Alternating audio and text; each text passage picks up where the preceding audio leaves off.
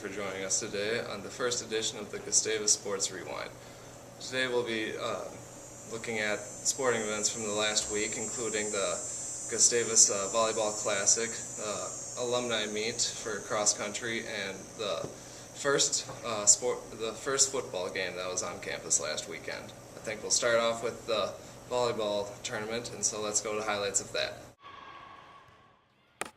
The Gusties were, at times, stellar in last week's Gustavus Classic.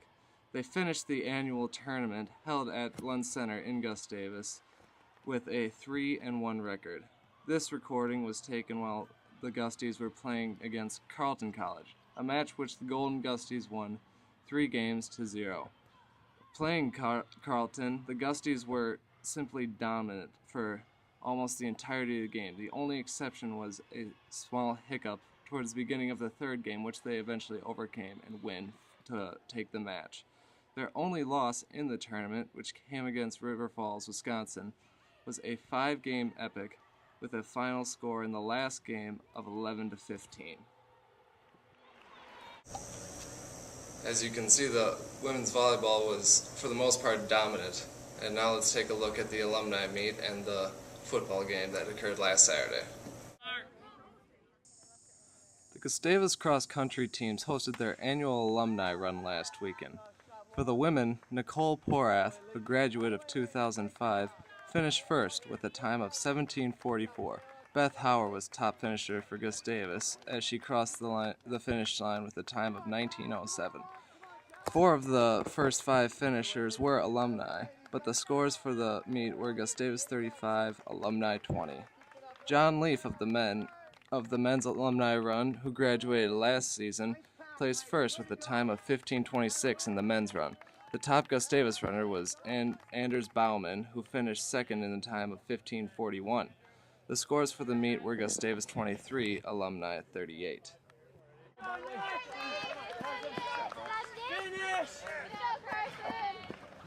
There you go, Carson. Anyone who was at last Saturday's football opener against Coe College will agree that was certainly an electrifying start to the Gustavus football season. Big plays were peppered throughout, especially towards the end of the game, and you'll see more on that in just a moment.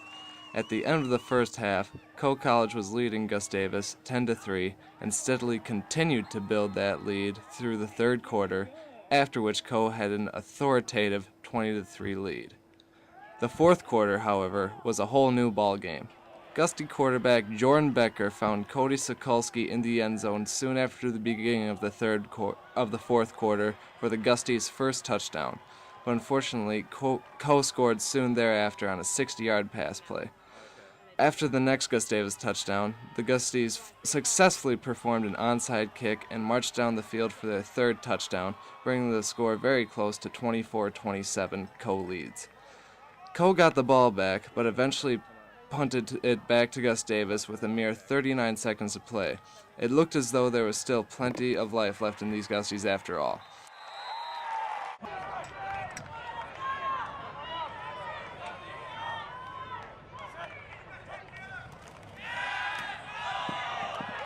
The Golden Gusties started marching again, but the miracle was not to be. An unfortunate miscommunication between Becker and Cameron Maurer led to an interception and a victory for Coe College. It was head coach Peter Haugen's first game at Gustavus, and it could have been an inspiring win, but ended up being a heartbreaking, albeit encouraging loss.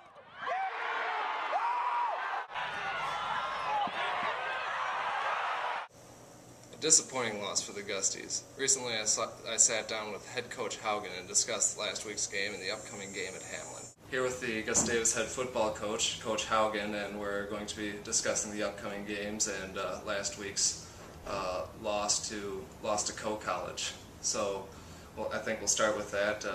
How do you feel? It was a disappointing loss, I suppose, to Coe College, and where do you think what went wrong and what went right? I mean, certainly, we didn't start the game as well as we would have liked to, and it was a really tough loss. Devastating is I think a little too strong. I mean, we were incredibly excited the way we came back, and to have an opportunity to win the game late there was was really important for us, and so really a disappointment that we didn't come out of there the way we'd have liked to. Certainly the way we finished though with the big comeback is something that really gives us encouragement as we look forward to the rest of the season.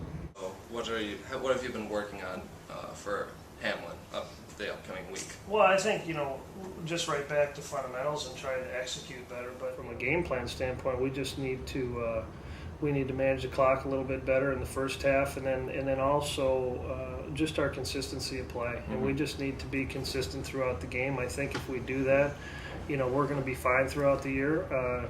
Anybody in this league who decides that they're going to play for 10 minutes out of 60 or 12 minutes isn't going to have a lot of success. And so we just really look to be more consistent. Okay, so after this away game, you've got a couple of big home games coming up, including homecoming. And so I suppose, are you looking forward to those games more than any other, or are you just really focused on Hamlin, or are you? I guess what I'm asking is, are you looking too far ahead, or fairly far ahead, or are you going week by week more so? Oh, you have to go week by week. I don't know if there's any coach who would tell you that.